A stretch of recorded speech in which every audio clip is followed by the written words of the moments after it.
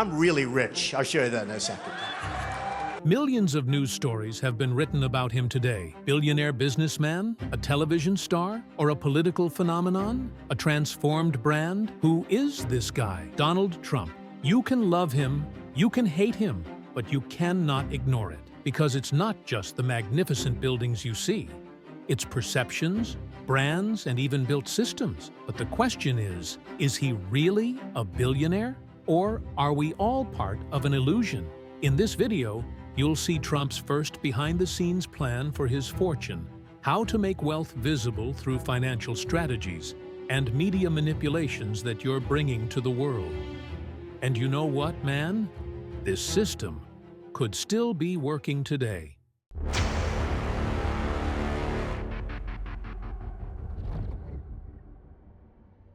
Donald Trump. Most of us knew him from TV for a while. When he said, "You're fired," everyone would shut up. Then he went to the White House and changed the agenda with his tweets. But this man's story doesn't start there. It starts in dusty New York, when no one even knew who he was. In the streets, a young man, but not ordinary. He doesn't have a dream. He has a plan. Yes, Trump's father was rich. Yes, he was given a start. Trump many to a much more fortunate family than most people, but Trump took that opportunity. He did more than frame them and hang them on the wall. He didn't just erect a building. He figured out how to put his name on a wall, on a newspaper, on a mind. And here is perhaps the most striking. Trump is not content with just succeeding in business. His goal is to be the talk of the town. Trump used the media, perception, courage, and storytelling as a leap, as a springboard. This is not just the work of a businessman. It's the story of a man who created his brand with his own hands. When Donald Trump was born in Queens, New York, he did not start from scratch. His father, Fred Trump, was a solid name in the real estate market at the time. He was quiet, he knew his business, building state-subsidized apartment buildings. He would make the money, but not the headlines. Donald, and vice versa. Even at a young age, he liked to attract attention. He wanted people to notice him. He wanted to. Something was clear in his head. I'm not just going to build a building. I will carve it on the building. Trump studied at the Wharton School. He learned finance. He learned strategy.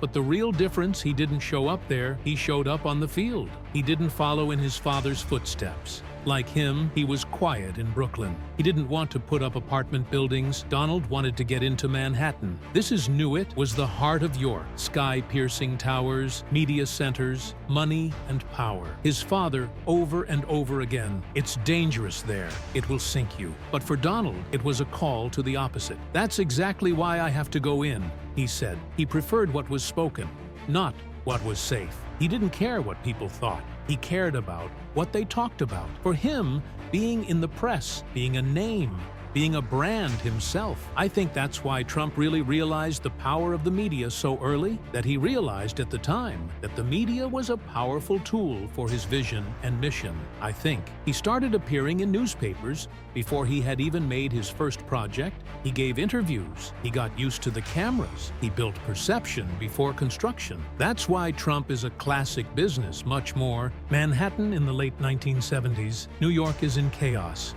Economic crisis, crime rates through the roof, and the streets are unsafe.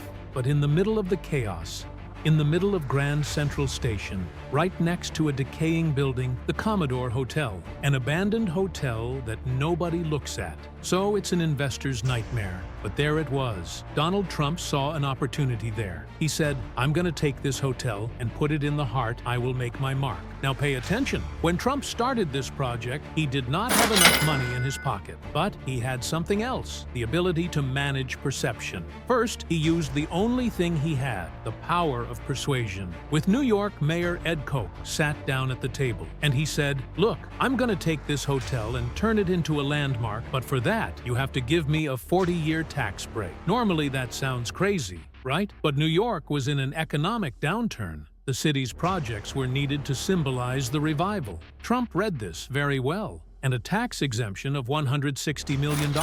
This is an event in itself, but it's not over yet. Then he sat down with the Hyatt hotel chain. "I'll build the building.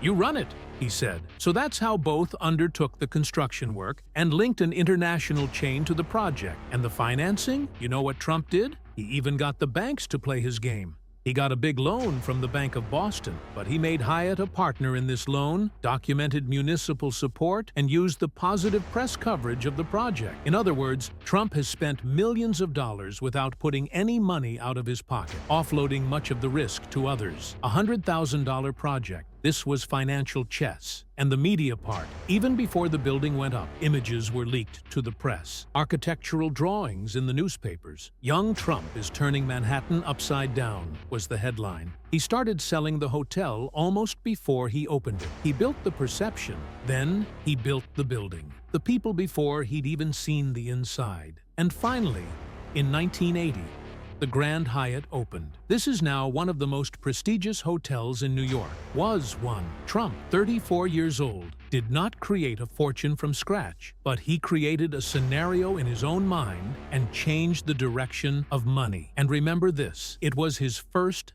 big project, but the strategy involved was so brilliant. Many people have talked about this project for years as a lesson in successful manipulation, because he didn't spend money to make money here. He just managed perception. So what did he do after this success? Did he continue to build buildings, or did he focus on his main source of income? Did he discover something else? Trump's success with the Grand Hyatt gave him not just money, but an idea, and that the idea was what made him permanent, not rich. I'm really rich. I'll show you that in a second. Think about it. You are 34 years old. In the heart of New York, everyone is talking about you. The newspapers talking about you. The cameras are on your face. And how do you get that attention limited?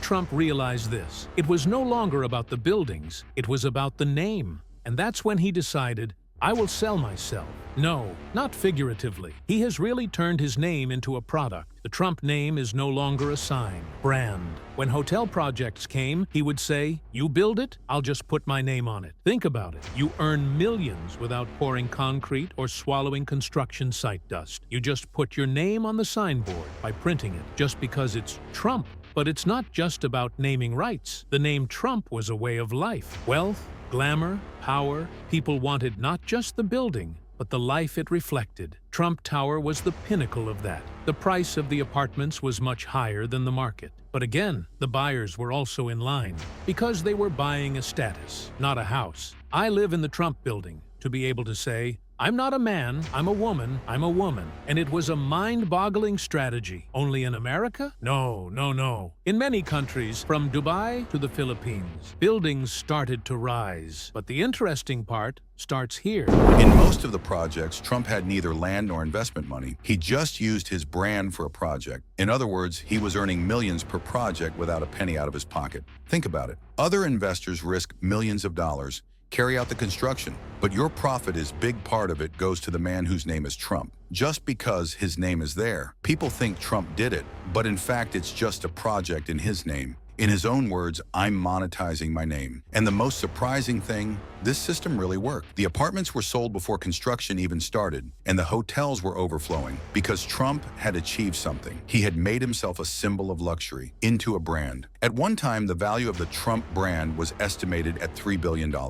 Imagine that. The figure was worth more than many of his physical investments, so a name is worth more to be valuable. This is the reality, and Trump built it with his own hands. But not with bricks. Story, image, media. What about the media? It was his secret weapon. Trump has never shied away from scandals. Sometimes he even created them on purpose, because for better or worse, it was his job to make a name for himself. Reality shows, television programs, tabloid news, it was all part of the brand. He didn't just build buildings, he made himself a story. And the thousands of people who invested in that story, human beings, made his fortune. But the critical question here is, was this business model really permanent? I mean, was it just for a period of time worked, or is it still relevant? Now, Trump has left the presidency behind, but his brand is still alive. And is this strategy still relevant today? Does it work? Not only Trump, who else is following the same path? Now we come to the most anticipated part of the video. Is Trump still rich today? And even more, one wonders, is he still growing this fortune with the same game? Looking ahead to 2025, Forbes estimates Donald Trump's net worth at around $5.1 billion